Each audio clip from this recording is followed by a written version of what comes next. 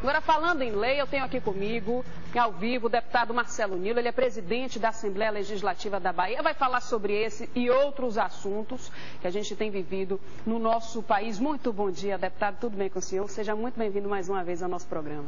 Bom dia, Jéssica. Para mim é uma honra muito grande voltar ao seu programa.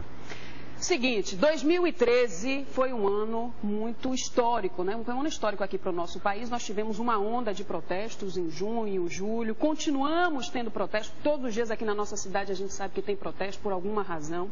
E eu queria que o senhor, 4 meses depois dessa onda de protestos no Brasil, falasse um pouco sobre essa insatisfação do povo brasileiro. O senhor também como cidadão, não só como político, como presidente da Assembleia Legislativa da Bahia, mas como cidadão também. O que o senhor está achando? Como é que o senhor está vendo essa insatisfação do brasileiro e que reflexo isso pode ter na eleição que já é ano que vem, né, deputado?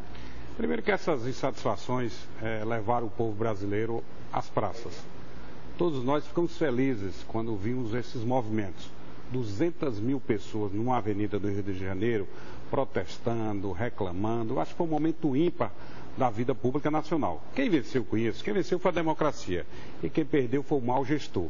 Todos aqueles que foram eleitos, que não estão cumprindo com seus papéis, receberam estas homenagens do povo brasileiro como um fato mostrando o seguinte: ou o político muda, ou o gestor muda, ou o administrador muda, ou o povo vai para as praças. O povo vai às praças. Então eu diria a você o seguinte: são grandes movimentos que nós, homens públicos, temos de respeitar. Eu diria que esse momento foi um momento ímpar.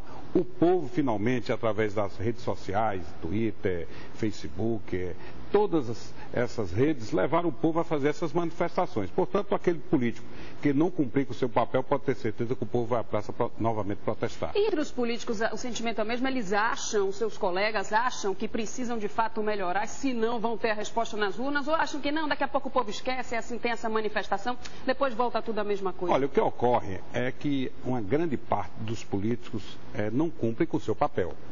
Vocês viram o Congresso Nacional, um deputado federal preso por decisão do Supremo e ele continua sendo deputado, ou seja, ele está na cadeia, algemado. Deveria ter perdido os direitos políticos segundo a Constituição? Teria de ser automático. Então, esse tipo de fato é que leva nós, homens públicos, a ficar desgastados perante a sociedade. Agora, não são todos.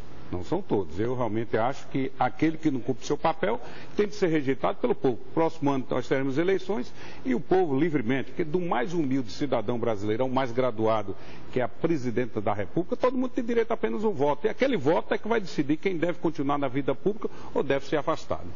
O povo precisa aprender, né? Precisa entender a força que tem. Agora, deputado, um dos principais motivos, eu acho, da insatisfação aqui na Bahia é a questão da segurança pública. A gente viu aí agora e tem visto, né? Os comerciantes, os empresários e tentam investir na segurança como podem, com câmeras de segurança, às vezes até botando, né, pessoas ali olhando seus estabelecimentos, mas não tem jeito. Como é que o senhor vê a questão da segurança aqui no nosso estado? O senhor acredita que as ações que estão sendo feitas são suficientes? O que o senhor faria diferente? O senhor tem vontade de ser governador da Bahia, não esconde de ninguém. O que o senhor faria diferente para combater essa insegurança que a gente está vivendo hoje? Primeiro, você tem que ter medidas a médio, longo e curto prazo.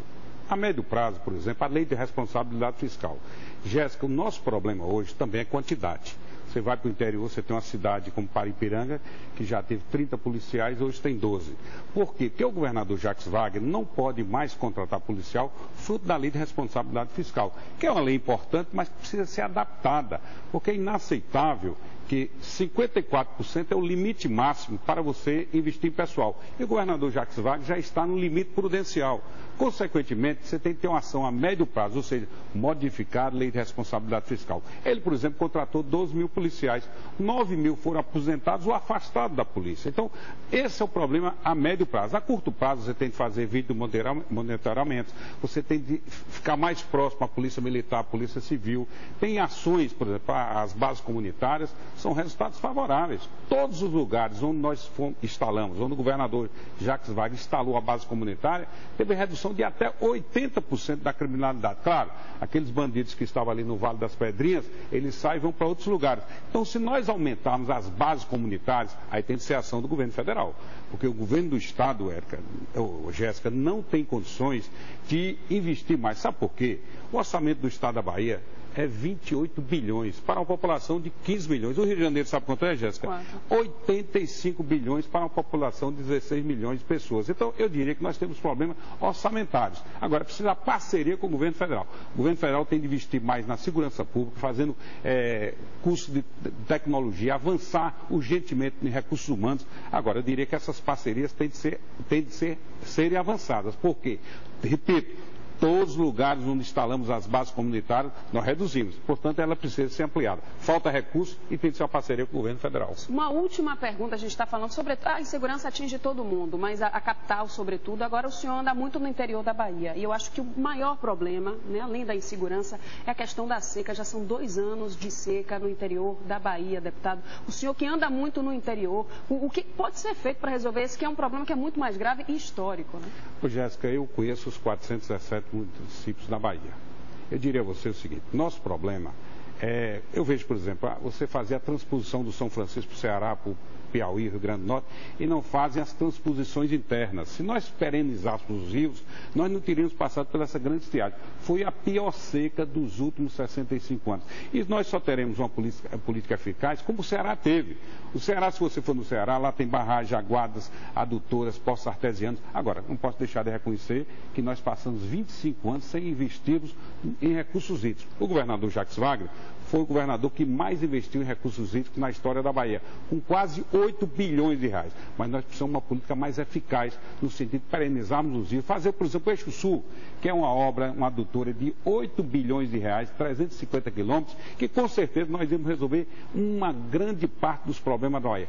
2/3 do nosso território pertence ao semiárido. Se nós não investirmos com a política eficaz, trazendo água do São Francisco, perenizar, por exemplo, o Vaza Barris, o Itapicuru, o Jacuípe, esses rios, com certeza nós continuaremos sofrendo com a seca. Se nós investirmos em recursos hídricos com 8 bilhões de reais, nós resolveríamos grande parte dos problemas do semiárido baiano. 2/3, repito, do território baiano é no semiárido. Portanto, precisa de uma política mais eficaz na área de recursos hídricos. Então tem que levar essas ideias aí para o seu amigo governador. Muito obrigada, viu, deputado? Quem sabe se eu não for governador não resolvo. O senhor, com tanto apreço pelo governador, falando tanto dele aqui na entrevista, ele poderia, né, dar uma forcinha, mas pelo visto ele vai de ruim, viu? Ele Vamos vai ver. De... É importante para onde o povo vai. O governador pode ir de ruim, mas o povo pode ir comigo. Ah, tá certo. Então pronto, viu, deputado? Muito obrigada mais uma vez pela presença. Parabéns aqui. Pela grande audiência, viu? Muito obrigada, meu querido. Bom dia. É isso aí, minha gente. Tá vendo aí? Ano que vem, ano de eleição. O que a gente tem que saber é isso. E o poder está na nossa mão. Quem vota somos nós. Quem vota somos nós. Quem não está satisfeito. Eu não estou nada satisfeito. Daqui a pouco você vai ver a patrulha da saúde. Daqui a pouco você vai ver a vergonha que é a nossa saúde. A gente já sabe que a educação é uma vergonha. A gente falava com o deputado aqui de questão da insegurança. É preciso investir em mais polícia, em base comunitária, mas é preciso, sobretudo, investir em educação. Se não tiver educação, meu amigo, não importa. Pode botar todo mundo vestido de polícia que não vai dar certo. Você vai ver.